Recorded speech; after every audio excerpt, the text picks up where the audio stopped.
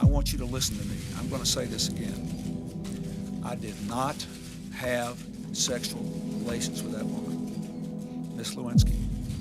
I never told anybody to lie, not a single time. Admitting and accepting mistakes can be a challenging task for many of us. Well, it proves one thing, Mr. Hooper. It proves that you wealthy college boys don't have the education enough to admit when you're wrong. Whether it is due to pride, fear of failure, or judgment from others, there's a variety of factors that make it difficult for us to own up to our mistakes. But why is it so hard for us to accept our mistakes, and what can we do about it? Pride can be a tricky thing that can make us feel strong and confident, but it can also make us feel vulnerable when it comes to admitting and accepting our mistakes. We don't want to appear weak or lose faith, so we may try to deny our mistakes or blame others for them.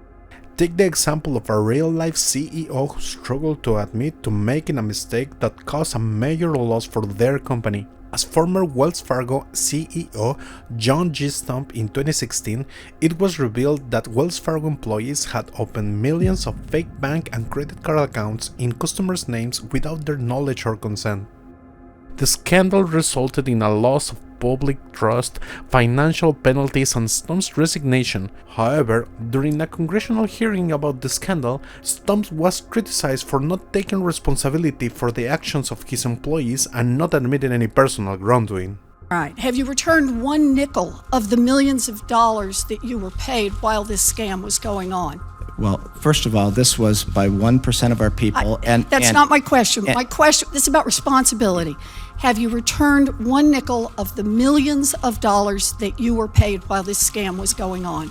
The board will take care of that. Have you returned one nickel of the money you earned while this scam was going on? And the board will do... I will take that as a no then. People who are high in trade pride are less likely to admit mistakes and more likely to blame others for their mistakes.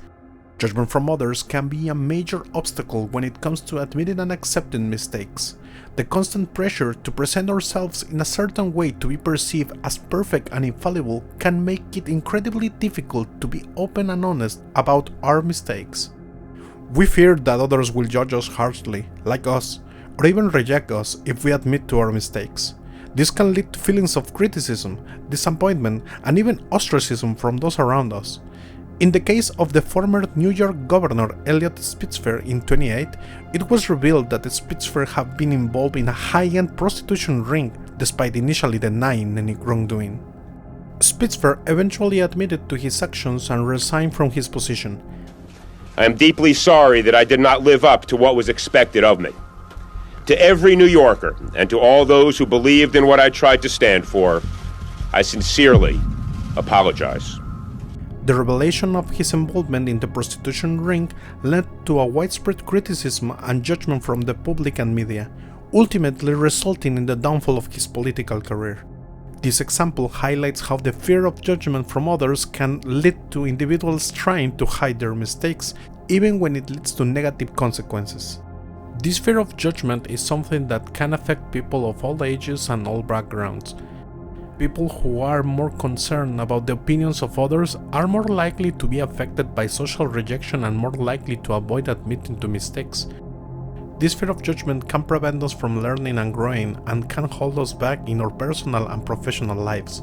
The fear of failure can be a powerful force that holds us back from reaching our full potential. It can make it difficult for us to admit our mistakes and take full responsibility for our actions. We may be so worried about the consequences of failure that we avoid taking risks and opportunities that could lead to growth and success. For example, Steve Jobs. After being fired from Apple, the company he co-founded, Jobs struggled to find success with his next venture Next. Despite the failure, he eventually returned to Apple and helped turn the company around with the launch of products such as the iMac, iTunes, and the iPhone. However, before returning to Apple, he was hesitant to start any new venture after his previous failure with Next. This fear of failure is not just limited to business or career-related matters. It can also affect our personal lives. It It can make it difficult for us to take action on things that matter to us, such as pursuing our passions or expressing our true selves. However, it's important to remember that failure is a natural part of life and an inevitable part of growth and development. Instead of fearing for failure, we should learn to embrace it and see it as an opportunity to learn and improve. People who are more afraid of failure are more likely to avoid admitting to mistakes. Many of us are hesitant to take risks or admit to our mistakes because of the unknown. The fear of not knowing how things will turn out or of being led down the wrong path can be overwhelming. We may worry about the opinion of others, potential financial losses, and the disruption of our plans. This fear of the unknown can be seen in Mark Zuckerberg, the CEO of Facebook. In 2012, Facebook went public and the company's stock price dropped significantly. Another body blow to Facebook founder Mark Zuckerberg. Since his company went public, more than $7 billion of his personal fortune has evaporated. ABC's Bianna Golodriga explains. Zuckerberg faced criticism and doubt from investors and the public about his leadership and the company's future. He admitted that the company had made mistakes and that they had not fully understood the impact of their actions on the stock price. He acknowledged that they were entering into uncharted territory with the company's new mobile strategy and that they were taking many risks. Lack of support is also a factor that can make it hard for us to admit and accept mistakes. Without a supportive environment, we may feel isolated, ashamed, and even guilty. This was the case of the employees at the United States Veteran Affairs, VA hospitals. In 2014, it was revealed that the VA employees were facing immense pressure and lack of support when it came to admitting and addressing mistakes made in patient care. Many employees were hesitant to speak about mistakes out of fear of retaliation, and as a result, patient care suffered. This lack of support and accountability ultimately led to a nationwide scandal and the resignation of the VA secretary. Only the number of veterans waiting for their first appointments, but a widespread scheme inside the VA to hide those wait times because bonuses were on the line. Just after the report was released, one top VA official appeared on Capitol Hill last night to explain and to apologize. The VA has since implemented changes to create a more supportive and transparent work environment, but the lack of support in the past highlights the importance of creating a culture where mistakes can be openly and safely discussed in order to improve patient care. One solution to overcoming the obstacles that prevent us from admitting and accepting our mistakes is to practice self-reflection and self-awareness. By taking the time to understanding our thoughts, feelings, and actions, we can better identify and address the underlying causes for our resistance to admitting our mistakes.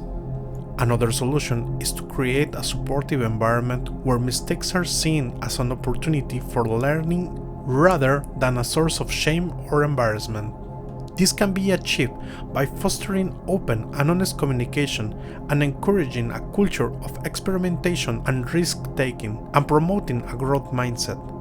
Additionally, developing empathy and understanding towards others can help create a more forgiving and supportive environment, and by understanding the reasons why others may struggle to admit their mistakes, we can try to make it less hard for them and let them know that mistakes are a natural part of the learning process. By understanding the underlying reasons why it can be so hard to admit and accept our or someone else's mistakes, we can better equip ourselves with the tools and strategies needed to turn our mistakes into opportunities for improvement.